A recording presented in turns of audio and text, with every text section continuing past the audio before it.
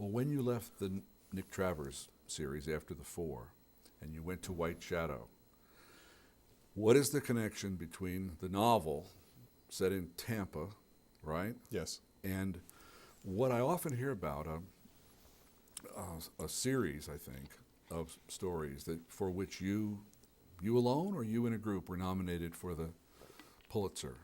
I was, for a series of articles that I did, I was nominated. Yes. So. And were those It's just an articles? honor being nominated is what I like to say. Well, it is. It is. It's, in fact, I was recently told that if you get nominated, the odds of winning are only 1 in 4.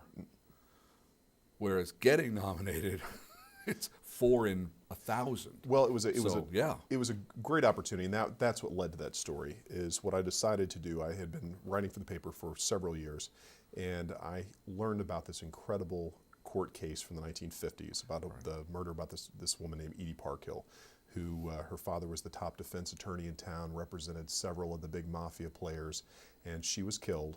And it was something like out of L.A. Confidential. It was an incredible story, and I decided to turn this into a narrative piece and to reopen the case.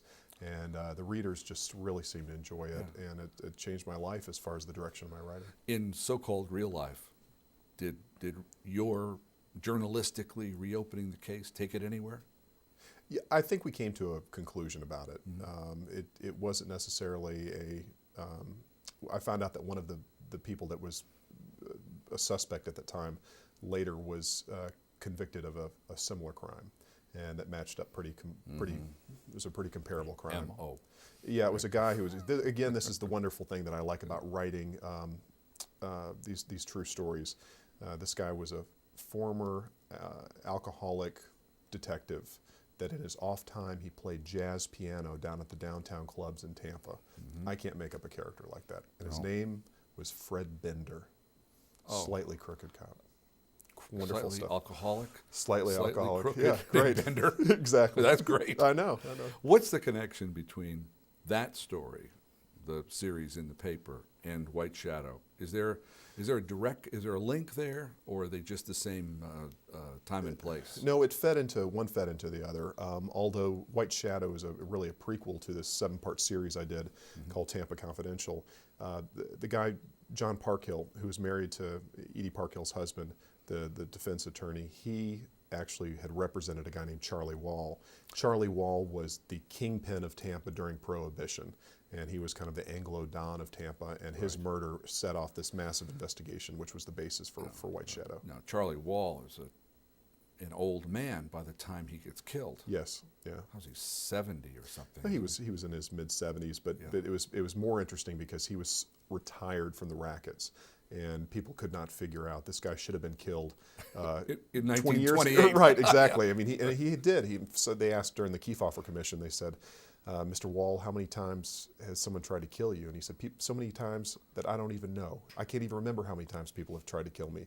And he was paranoid. He lived in a house where he would go into the garage, and there was a steel-lined tunnel that would take him into the main house. And so when he turned up dead, this was years past his prime, and he was living in retirement.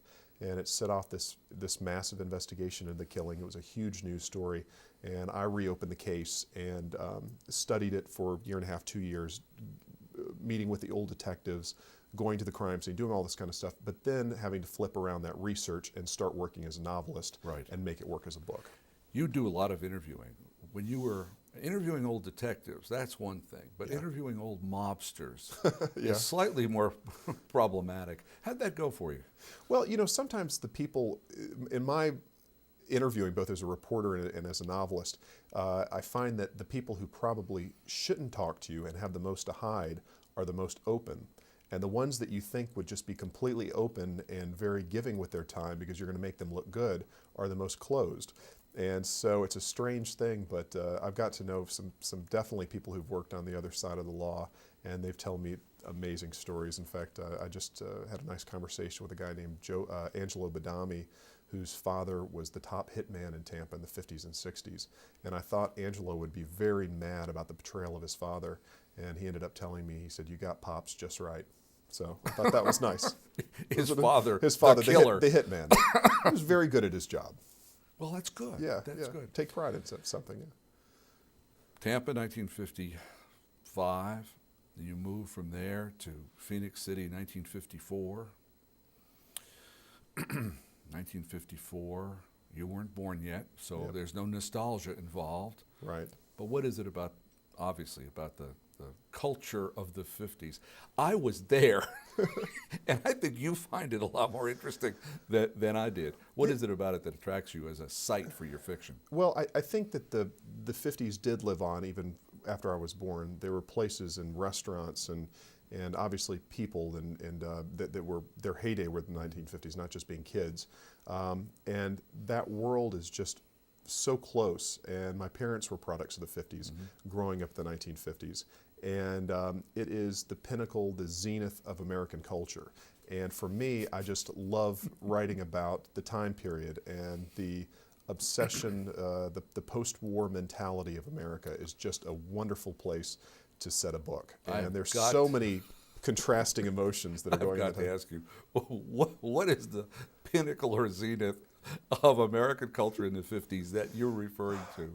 I mean, a lot of people think of it as boring, you know? Well, it was fat and happy times. Yes. I mean, we were very, very content.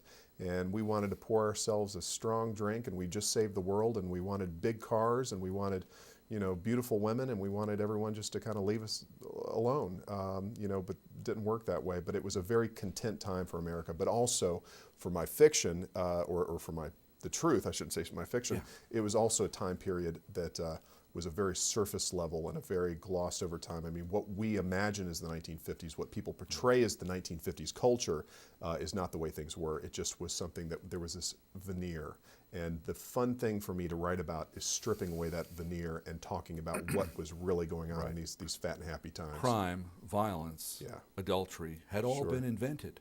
Right. By the 1950s. Shocking. I mean, most people would tell you that they weren't there. I know people will talk to me blue in the face, say the 50s were an idyllic time in American history, and that everybody got along with their neighbors, and the world was a wonderful place, and they had the best cars in the world, which they did. But that almost the only cars in the world. Right. But that it was a wonderful time in American history, but it really was a very sordid, seedy, conflicting time period. When I hear the words sordid and seedy, it brings me right to Phoenix City. Oh gosh, you talk about the epicenter of seedy and sordid. We're right there. Yeah, Wicked City. I mean, I have seen the Phoenix City story. I have read When Good Men Do Nothing. Yeah. I thought I knew a good deal about it, but I will say that your novel makes Phoenix City nastier than any of the books or movies that I'd seen before. I want to start with the thing that startled me the most. Fiction or research that the hookers were tattooed on the inside of their lower lip. True story. Yeah. Like cattle. Like cattle. And they were in a catalog, and you had to register with the sheriff or the deputy sheriff, a guy named Albert Fuller. Yeah. And you had to register. It was just like the old days in the Old West. In Tombstone, I visited Tombstone. I saw the same kind of thing. You had a permit to practice your trade.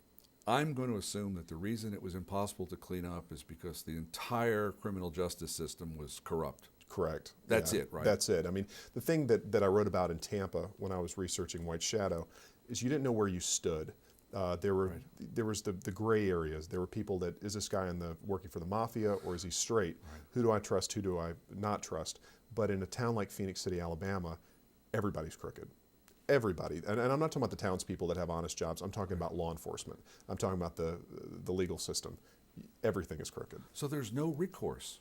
I mean, if you should be mugged, I mean, there's no one to complain to. No. In fact, there's a famous story that one guy came in and complained. He went into City Hall and said, "There's gambling out there, there's prostitution, and you guys get off your butts and do something." They arrested the guy, threw him in jail, and for drunk and disorderly.